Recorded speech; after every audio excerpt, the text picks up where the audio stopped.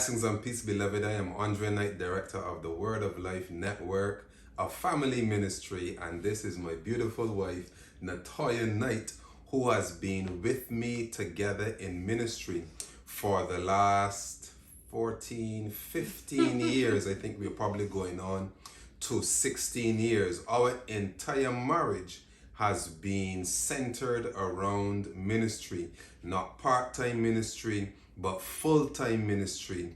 And we first started out doing missionary work, or as she would like to say, pioneering missionary work, frontier missionary work in remote locations. So she adds much more adjectives to our work than I do. But what we want to do today and what we want to share with you is our story on how we started out together as missionaries, as young people. And you know, I have a very good friend. He's a pastor now. And when we were married, he told me, don't be like a regular church couple. Don't be like a regular Adventist couple where they just get married and they just live life for themselves and life is about themselves. And I told him, you know, that was never my desire. My life must be about ministry. So the woman that married me must be about ministry, because I know that this is my calling from God. This is my purpose, and I praise God for giving me some person who had the same drive to do missionary work. And it is more than drive, it is courage. Who had the same courage and faith to do missionary work as I did. So what we want to do is share with you how we started out, and to bring you in on what is our story. And so this is something that I wanted my wife to do for years with me. So we have had many arguments about this one thing, because she never felt, you know, ready to share on camera. So this is a blessing for me. So what we want to do is going to share with you a few details, you know, about our life together. And in as much as I may post things on social media, I have personally, you know, kept our life private for the most part. And you will just see my face, but I want to let you know who is the team that is with me, and those that stand by my side, namely my wife. So we are going to begin on where we began. And we began together. I met her in the island of Barbados, beautiful Barbados, gem of the Caribbean Sea, as it is said.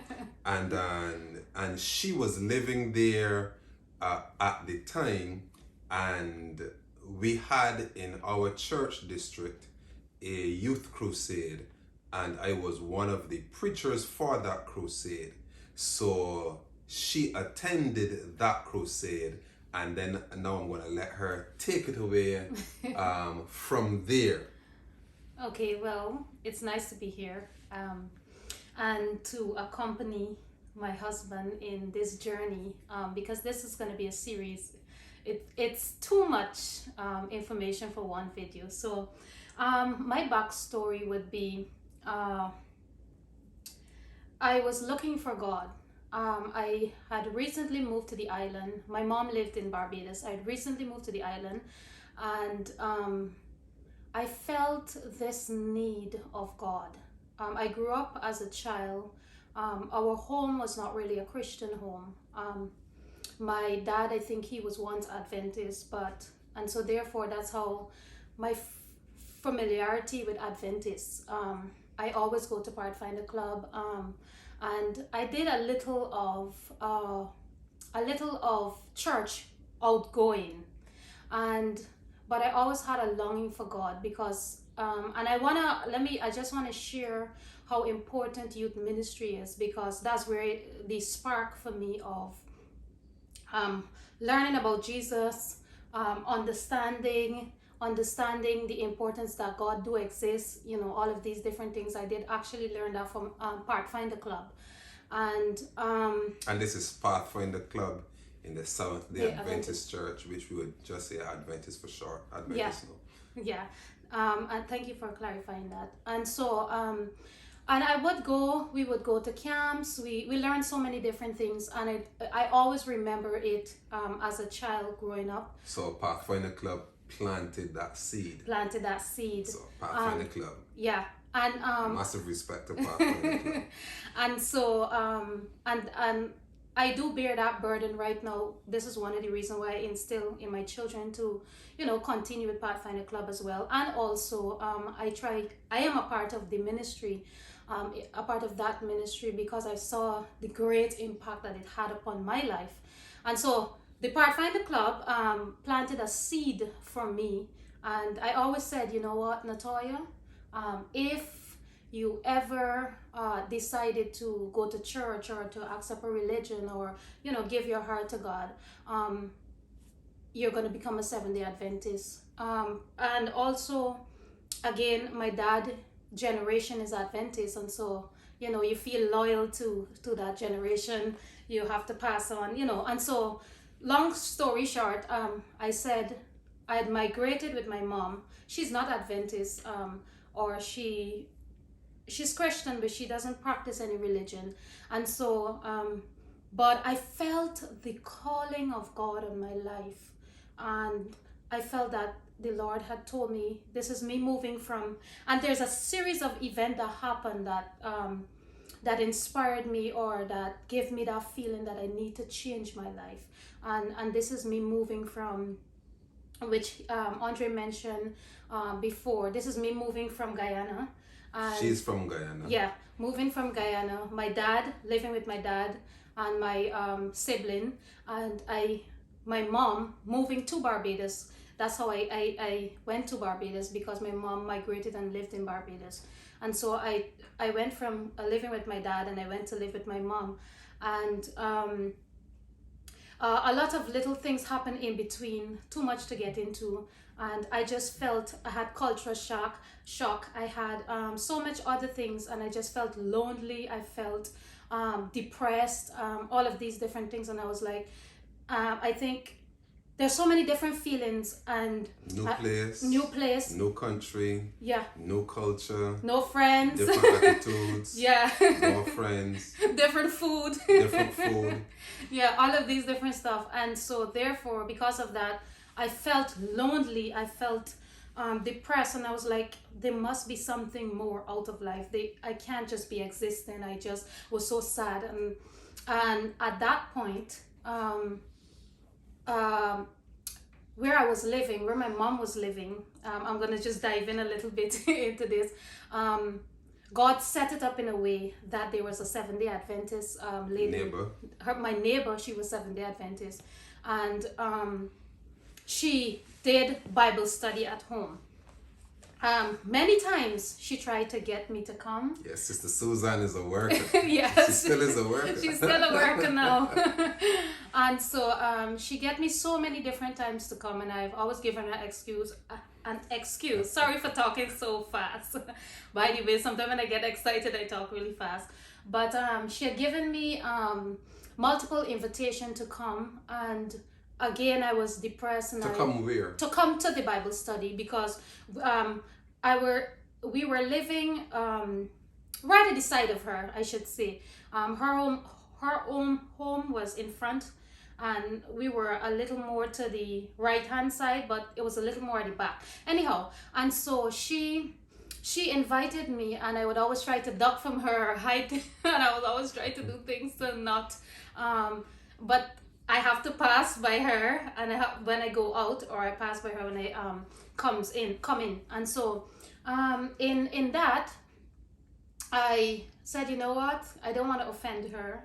I'm going to accept her invitation. And so after weeks of her inviting me. So persevere when you're inviting some person, persevere. Must persevere. And so I said, you know what? And she would, but one of the things that characterized her was that she was just so kind. Suzanne was always kind. She would bring over food.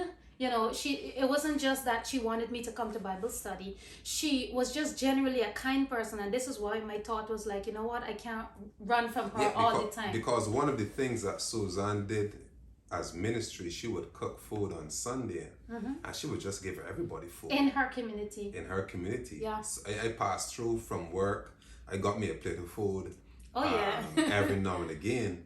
So, but that was her personal ministry, and it was through her personal ministry, reaching out to my wife ducking and hiding and being very incognito like a ninja from the invitation.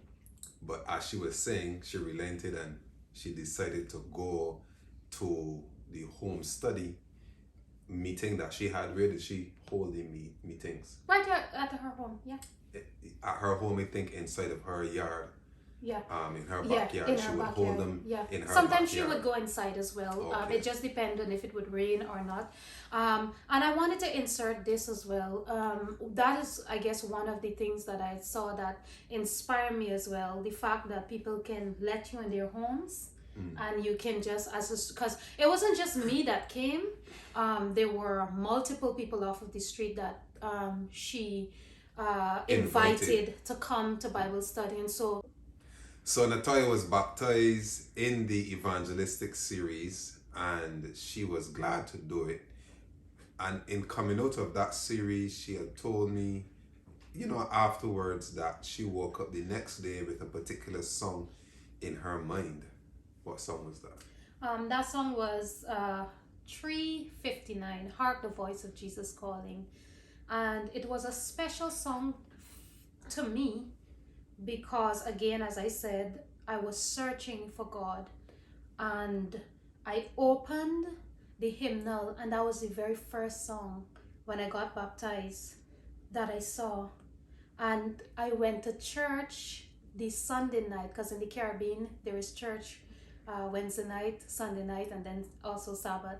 And I went to church, and the elder had selected 359, Hark the Voice of Jesus Calling. And I was like, I love this song. God, is this the song that you're giving me? And I felt so good. And I would wake up having my devotion. Now got baptized, I wake up and I sing this song every morning. I also had gotten a text, the book of James the Lord had given me, and I had identified with the book of James. And this is me coming from a place where I never don't read the Bible, you don't sing any song.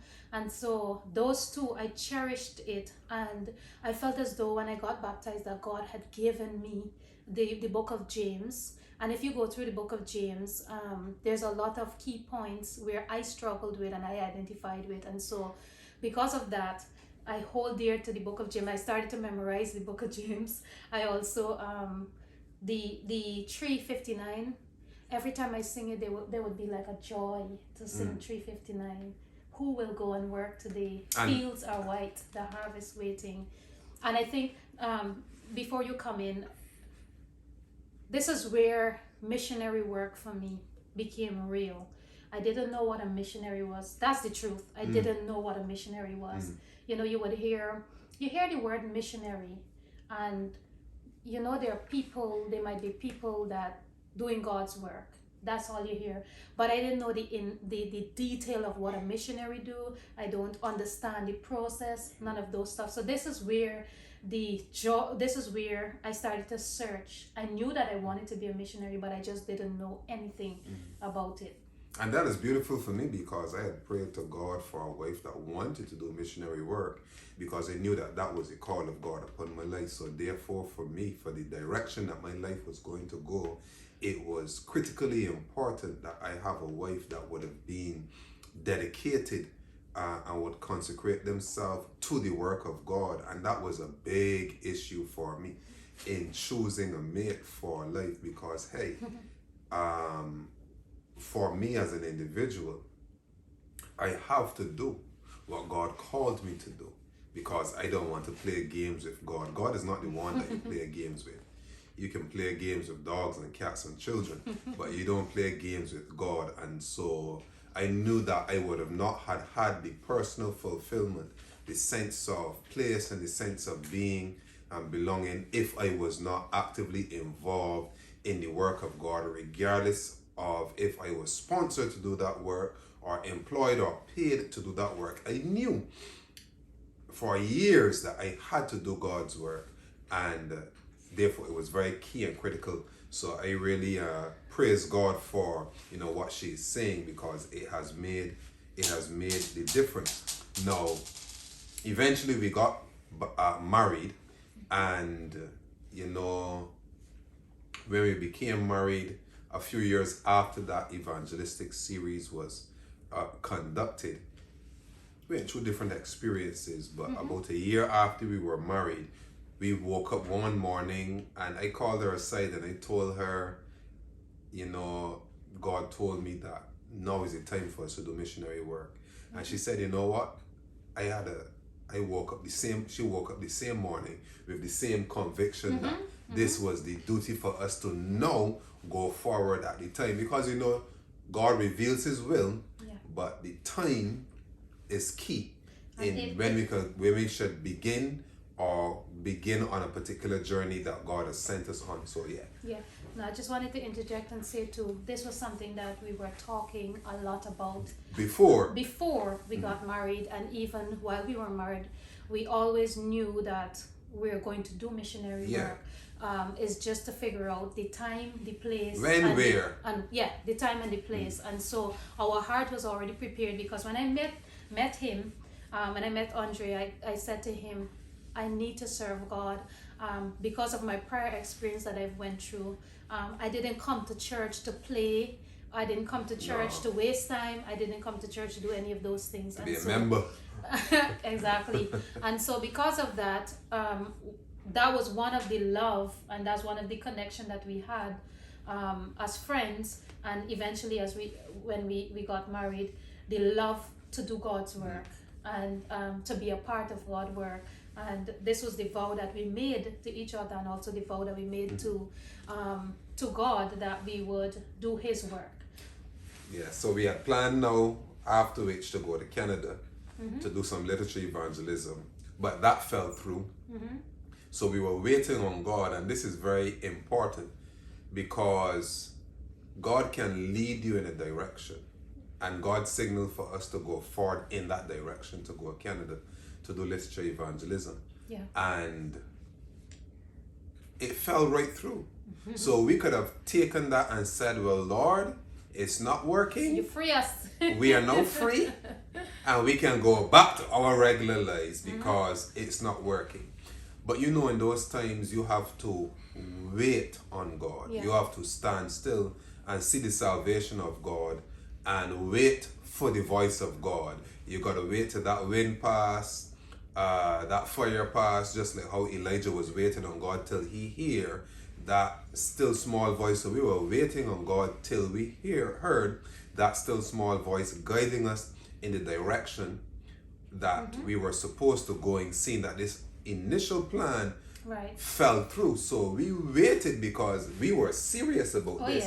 Because sometimes God tests you and God tries you to see how easy you're going to give up. And this was the entire thing where that Elijah had with Elisha. Elijah kept telling Elisha, you can stay here, you don't have to go with me. You can stay here, you don't got to go with me. But you can stay here. But Elisha was like, no, I'm going with you. It's all right.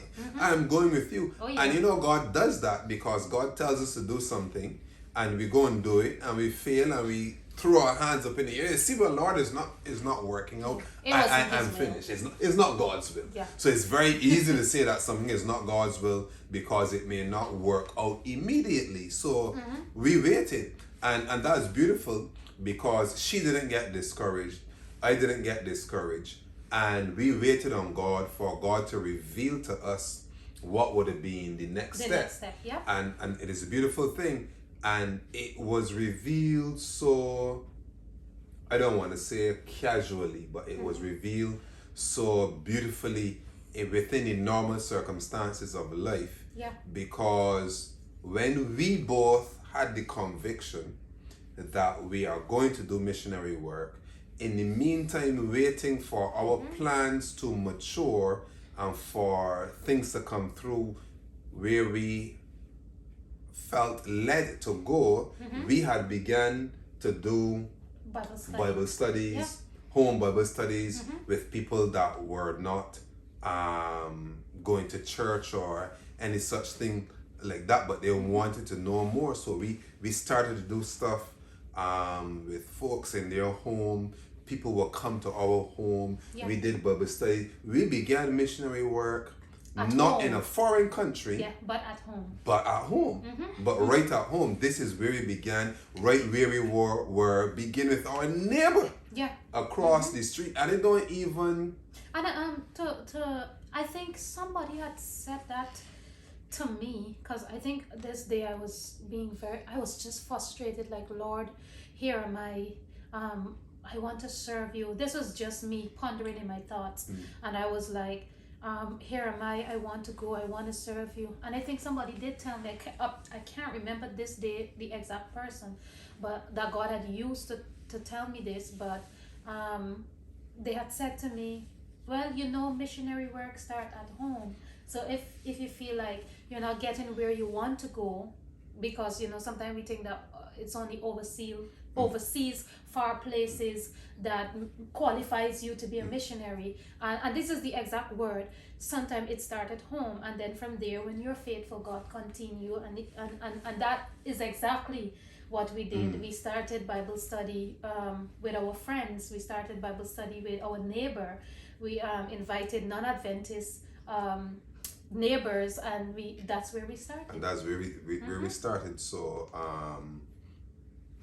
that's how we started, and it continued, and it grew, and it increased. And we were still waiting on God, because we knew that we were still waiting. And God signified to us that his hand was upon what we were doing. And I can remember we went to a Bible study a Friday night, and the person that was conducting it said that they're not going to study what they were originally going to study. And I think this was the first time that we went. Yeah. So the first time that we go to this Bible study, and they said we're going to change because some person gave them a DVD today, said to them it's very important and you have to listen to it.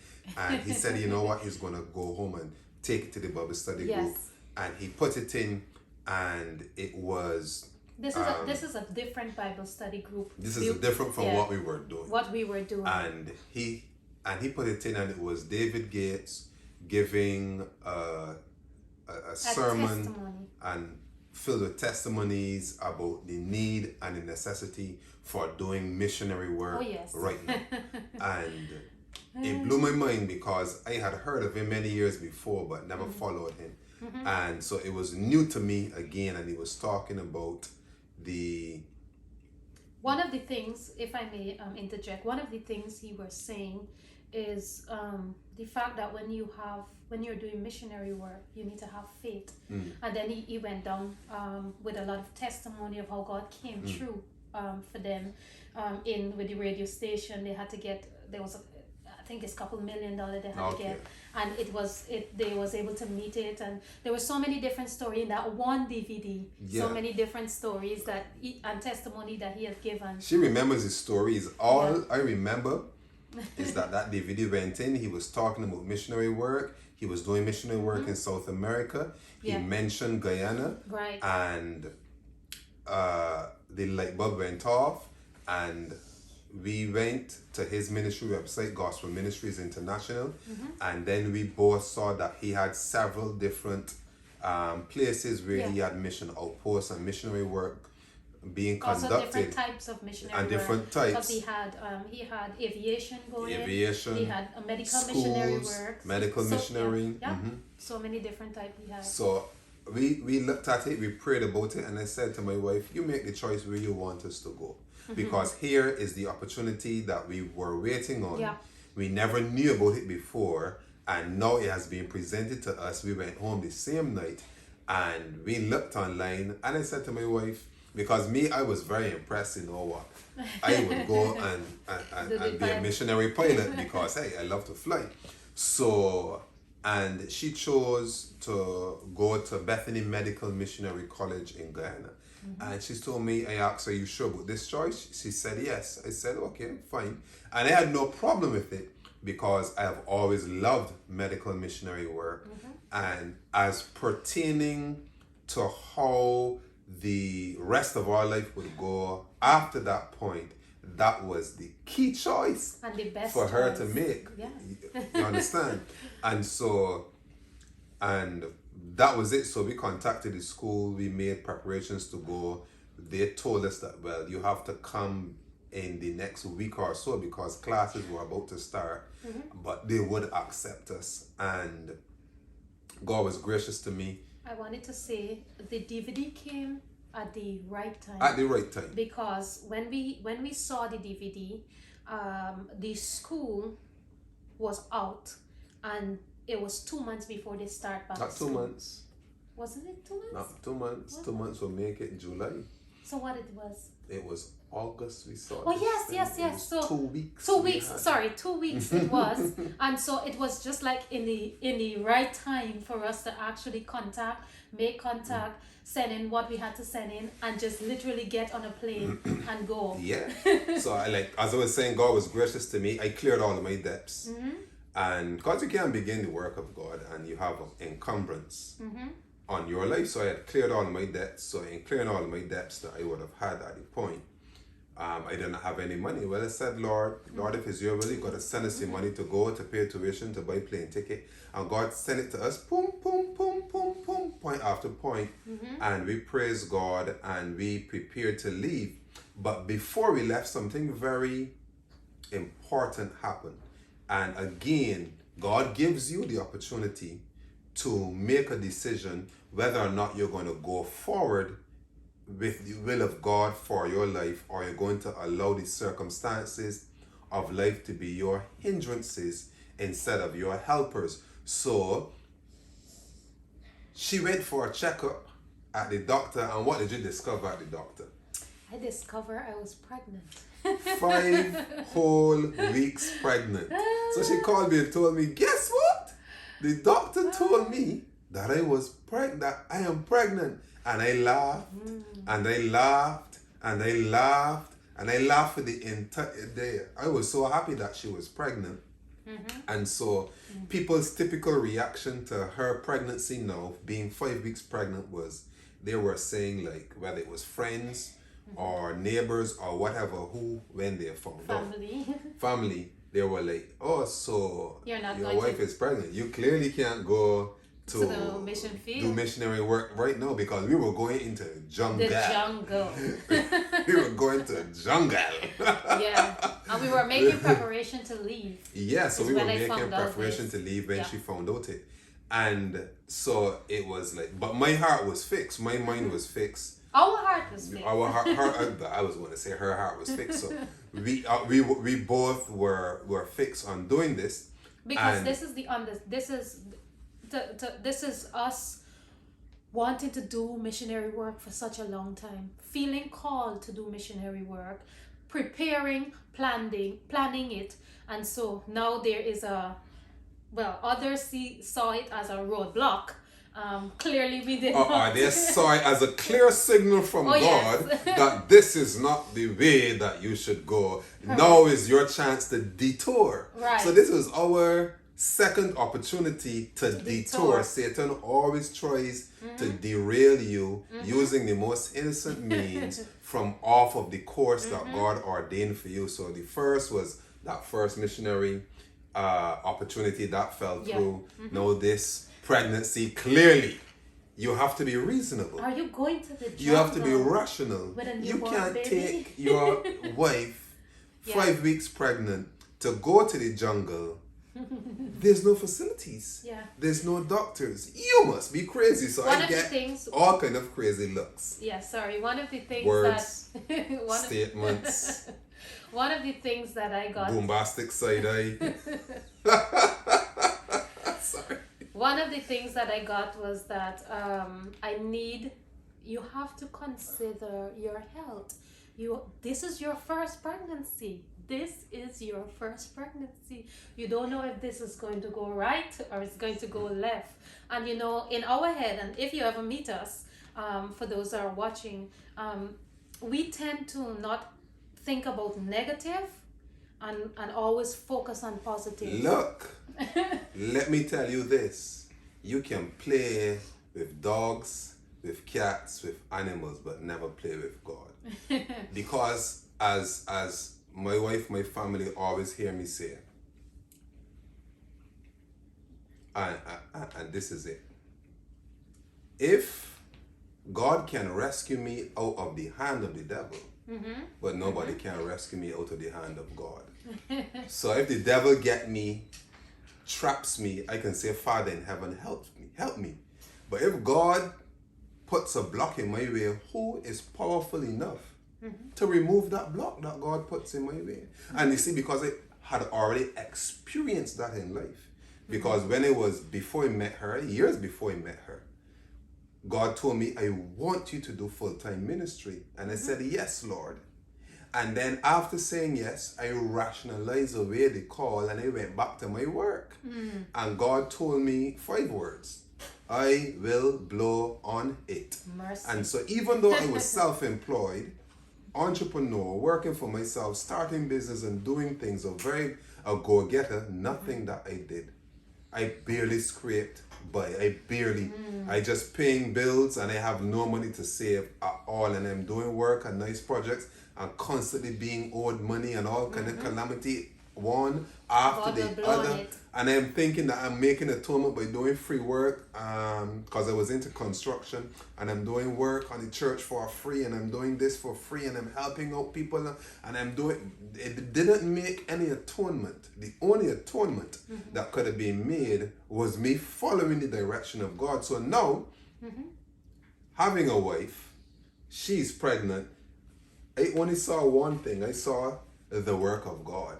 Yeah. And so we went to the doctor again for a final checkup before we left. This is now before we left. So this would have been the 3rd opportunity to be derailed. Well, probably there were more. But I think some of the things just passed over our head because I am not listening. We are not listening. So, but what did the doctor tell us? He was, first of all, he was an Adventist, and we had expressed that we were Adventists too, and that we are, that we were about to go and do missionary work. We were, you go into a visit with your doctor, hi, how are you, formality. And so, he asked me what I do, all of these different things. And I told him that I'm going actually to do missionary work. This is my last visit with him until, hopefully I probably may not see him back because I'm going into a new field and I'll get a different doctor. And he was like, graciously, he gave us the visit free. Thank free. you, Jesus. So he said, you're mismissionaries? No problem. Yeah. I'll give you the visit fee. You don't have to pay. And then, and that was important to me because he was a good gynecologist, but he cost that money. Yeah. So we were on conservation, deep, profound conservation. And then he asked. Let me say this. So he asked me what I think about going and how my family feels about it.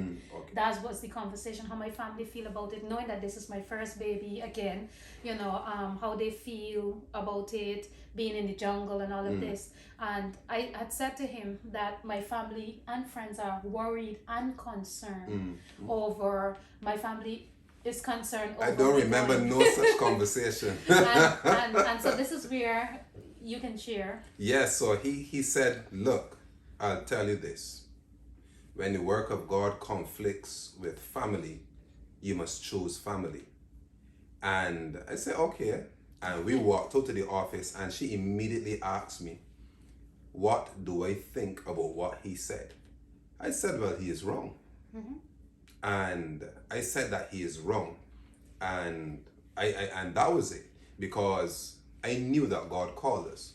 But here's the real answer to that question. Oh, yeah. Even though I told her that he is wrong, I still contemplated the question. And it didn't dissuade me, but I contemplated that question for many years. And you know, God answered that question for me just a few years ago. We tried the question, is what we should say. We tried the question and realized that the work of God never conflicts with family. Right, so with the lived experience. Oh, yeah. 14 years later,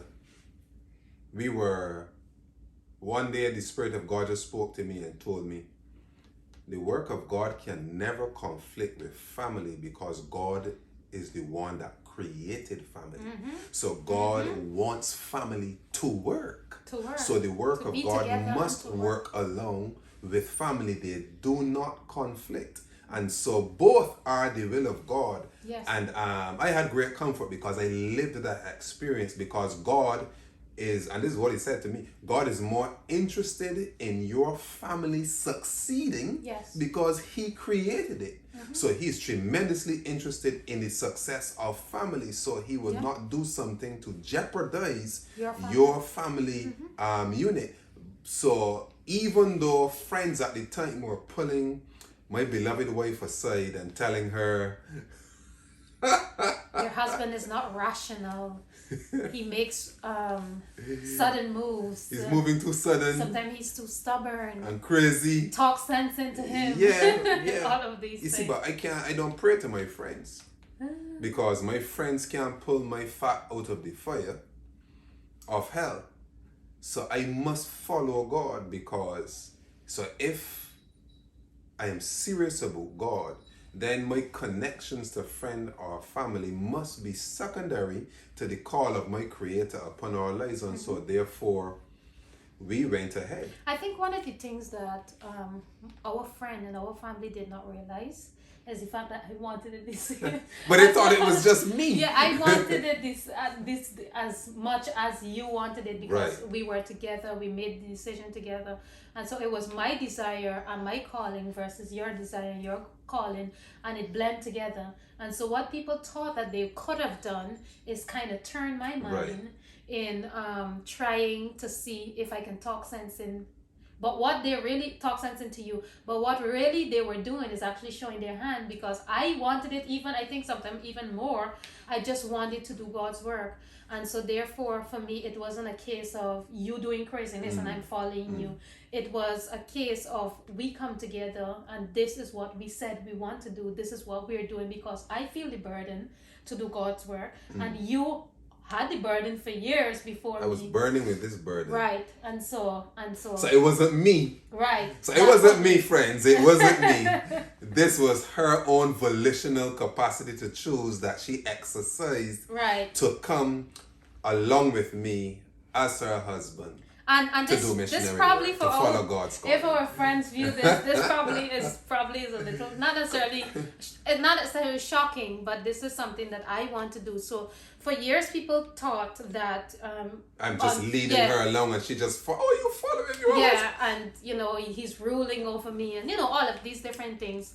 And it was never that case. It was a case but they did not know my backstory. And it's not the case that they didn't know my backstory, it's just that they didn't want to know. They didn't know the desires of her heart. Correct. They didn't know how God was leading her. They didn't know how God was dealing with her own soul and how she responded of her own accord. So, hey. Right. So, that was it. So, the die was already cast. I was determined, and she also was just as determined as I was determined. Right. I had to stop. She was determined just as I was determined. So, and we went on our journey. So even though we had ample opportunity to go on detour to not fulfill the call of God in our life, We could have used the excuses. The first opportunity fell through. We could have used the excuse of I am pregnant. We could have used the excuse of for the family's sake. We could have used the excuse of my friends and my family are not supportive of it. We could have used the excuse of we didn't have any money because hey, I went to this strange country because I had never gone before to this country and I did not have the money. I only had the money to pay for our plane tickets, to pay for tuition, and crumb. We had like crumb. Crumb in my hand. Nobody promised us to support us or any such thing. The church wasn't supporting us. We did not even tell the church members. We just went talk to the pastor, let him know that we were what we were going to do. And because you know what? You don't need smoke. No, and again, to remember, we are experiencing we are experiencing among our friends. We are experiencing, don't do this, this is a bad idea, don't do this right now. Some of our friends. Some of our friends. So we are experiencing this. So now we are very careful of who we tell. My neighbor came over to talk sense to me. Are you going to Guyana? And it's like, and the thing is, she wasn't even Seventh-day Adventist. She wasn't Christian, and it's like, so many. And one of the point that I want to make as well is that she was from a different denomination. Yeah, from a different denomination. But one of the points I wanted to make, as you will see as we continue along the story, this is just the beginning. The devil always want to interject, I should say, and try always. So when we are in the mission field, there's another different story. I'm sure it's going to be in another part of this video. But he always tries, but we have to succeed and we have to continually push forward. You must push forward. You have to push forward. When God calls you out as an individual or as a family to do his bidding, that must be the only thing that you hold once you are clear, because I had clarity. Sometimes you don't have clarity and you need to make your mind up because you don't want to make a misstep. Right. All right. And you don't want to go where God is not sending you. Right. So you must be sure that you are not being self-centered. But that's a whole long story before us coming to this point of how God confirmed it for me years before. And I was hungering now and thirsting now for the will of God to be realized in my life, for the work of God to be actualized in my experience. So it was critical to me, even in my choice for a mate. It always came down to this one thing. And are you willing, as my wife, to come with me to do missionary work? And so that question was answered from the beginning. So that question was answered. I didn't even have to ask her this question. Correct. The first time we had a personal conversation with each other long after she was baptized, because I didn't check her out. I wasn't interested. God has to tell me. And she told me she literally did it. I want to do missionary work. So I was like, Jesus, that was me.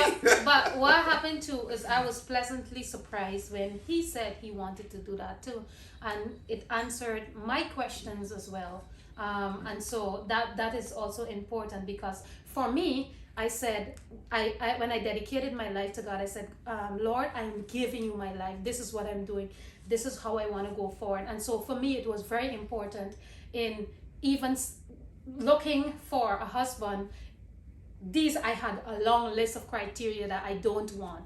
And this is because I saw what was there. And so when I meet Andre, it was when he said to me that he wanted to do missionary work, I was like, what? We need to talk more. And so, but go ahead. It was one good conversation. But maybe... But we could have used the circumstances of life that seemed to be against us as sanction for derailing and detouring of the course that God had established for our life. And in choosing a life partner, that was always my critical point. In that, are you willing to come with me? And I've had young ladies tell me, no, I can't be a pastor's wife. or no, I can't live far or apart from my family. And it was like, in much as I may love you, like you, whatever the case may be, as serious as I am, that is a deal breaker. God is a deal breaker for me because it is God who sustains my life.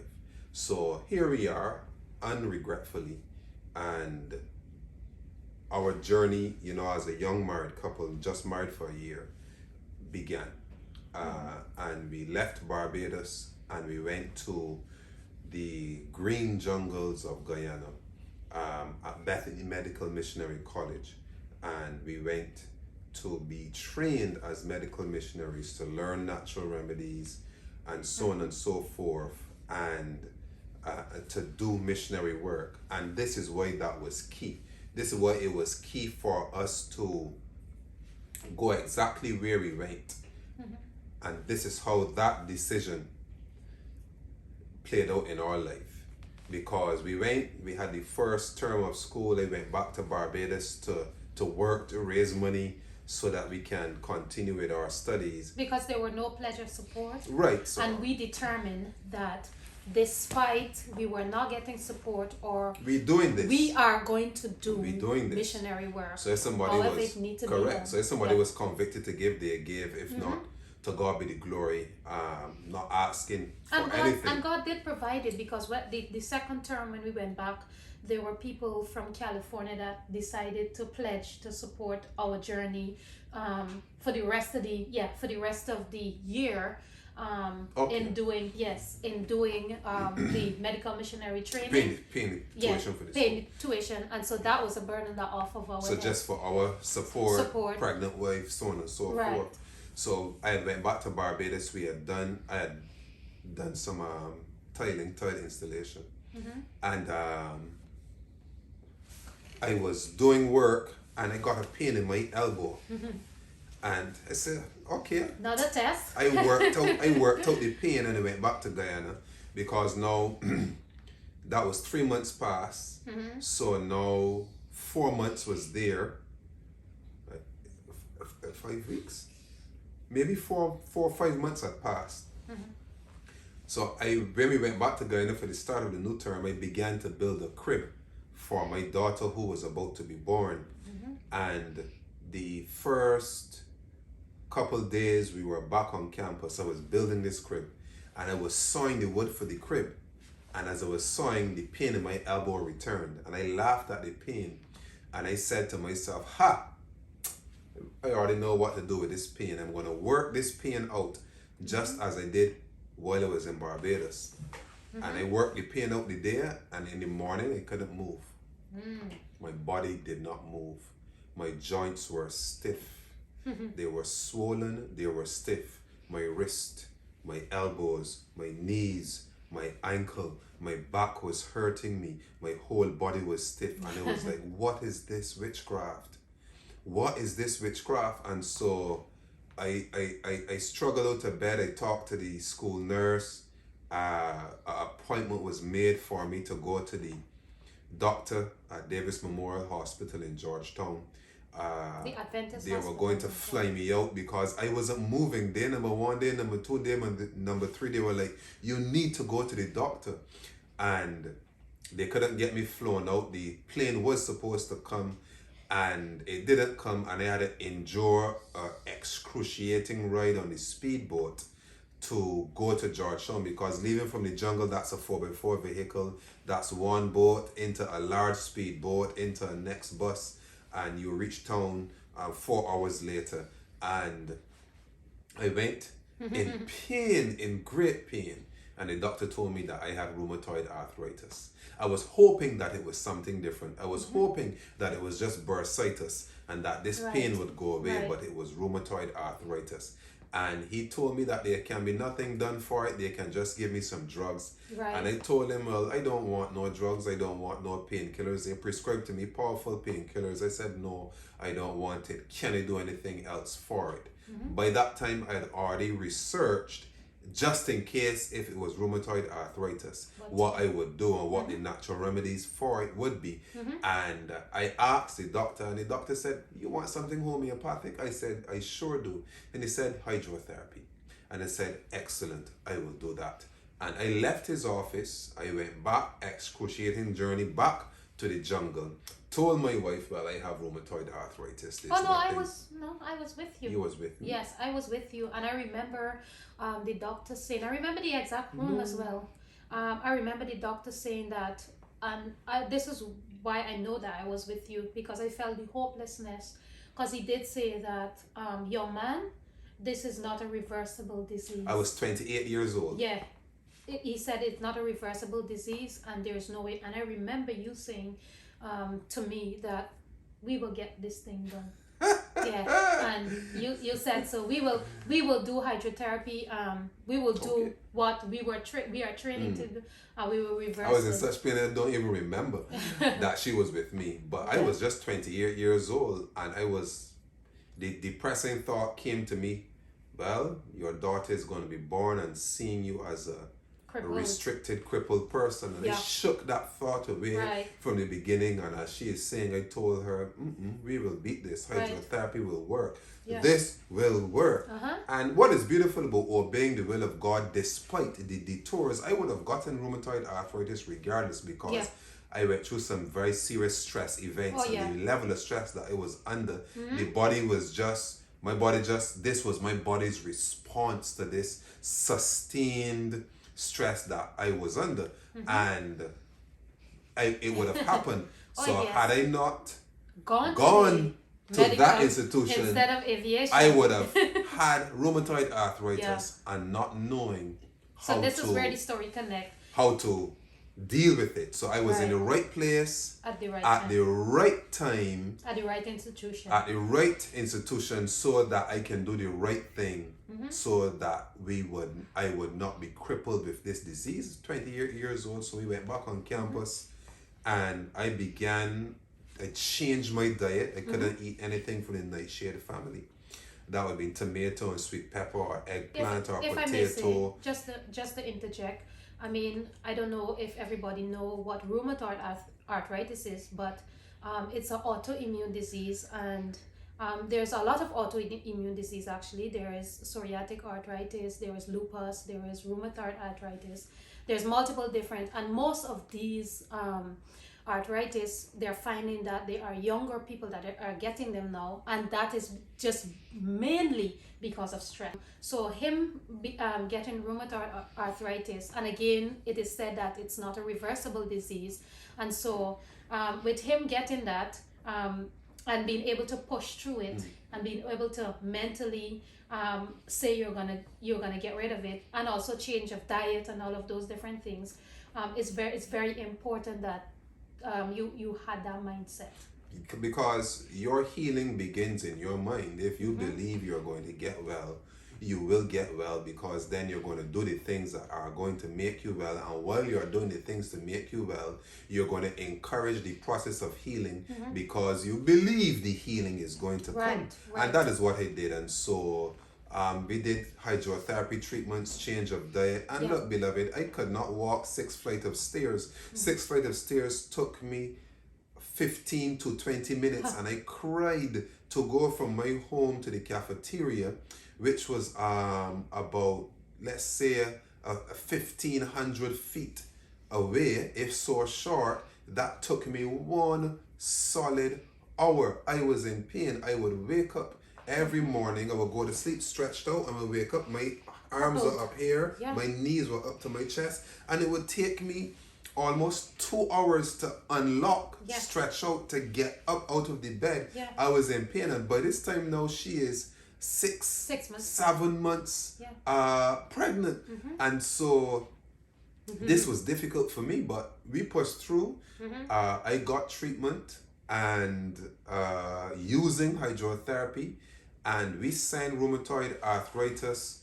I was mobile in 3 months, and we sent that in remission in 9 months. And in 1 year, in 6 months, and in 9 months I was cured. Because between that 3 to 6 months period, if I eat anything from the nightshade family, my joints would immediately hurt. And so God was able to heal me using natural remedies of my rheumatoid arthritis. The pain was great. Never use a painkiller. and never even complain. And they just use sunlight, hydrotherapy, clear exercise. When my mobility was returned, Yeah. I started to walk, and I was dragging my foot walking, dragging my foot walking. I took my usual 5 mile walk in the jungle to the village that we had began ministry in. Right. And my foot would drag behind me, and I said, well, foot, you have to follow me. And my foot would drag behind me all of the way, and I would drag it coming back, one of them. And so you walk with one, drag the other, walk with one, drag the other, walk with one. And I did that for 5 months because I couldn't stand just being incapacitated, not doing nothing. I couldn't stand being immobile. I had to move, and it was the hydrotherapy took away the pain. Right. The hydrotherapy took down the inflammation, and it was great for the pain management and to help the immune system to reset. Yeah. But the exercise is what brought me Right. over the top. The Yeah. movement, that movement, and this has been a mighty long time now. Yeah. This has been 14 years, pain-free, symptom-free, You no get- such thing. Yeah, you get- And I eat the spinach and the Tomatoes, sweet potatoes, the eggplant, tomatoes, the all of those eggplant, sweet peppers, everything. And so God was able to heal me tremendously because we had followed Yeah. His direction. So on this point, we can end and we can pick up our story in another presentation, but you must follow the will of God. You do not know what is in the future. So your obedience today determines your destiny for tomorrow, yes. determines your health for tomorrow, determines how firm your feet are planted for tomorrow. Because, hey, young wife, pregnant, we are not raising no child with no crippled man, no. And so we fought for our health. We fought for our health. And despite you are in God's service, the devil will try to make your way as hard and as difficult as he possibly can by any means necessary.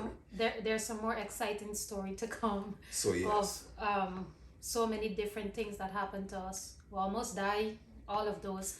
But we will share those. We will share those We will as share well. those. But one of the things that, as you mentioned, and you talked about the rheumatoid arthritis, I went to think about it in a different way, or I thought about it. Well, you expressed this to me as well.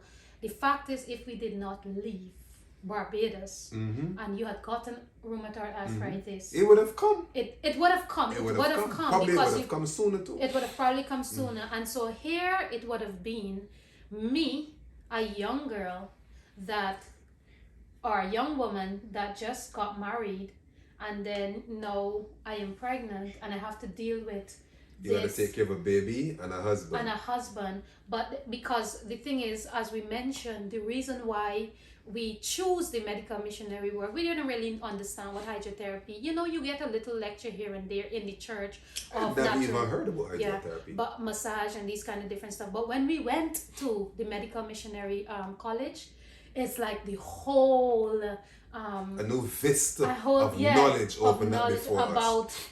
How God the laws of health and The laws of health. Yeah, and what you should The do and laws of how. health. And so by being able to have that knowledge of the law of health, that's what actually cured the rheumatoid arthritis. So there's a blessing in obedience, and we must be obedient to God. Father in heaven, we thank you for the opportunity to share, and we ask, Lord of heaven, that our little testimony would be a great encouragement to many souls, and that they too would follow the path that you have charted for their life. In Jesus' name, amen. Amen. Well, thank you for joining us, and keep an eye out for our next testimony time. I look forward to hearing from you, meeting you whenever that time may be. And thank you for listening. God bless you. God bless.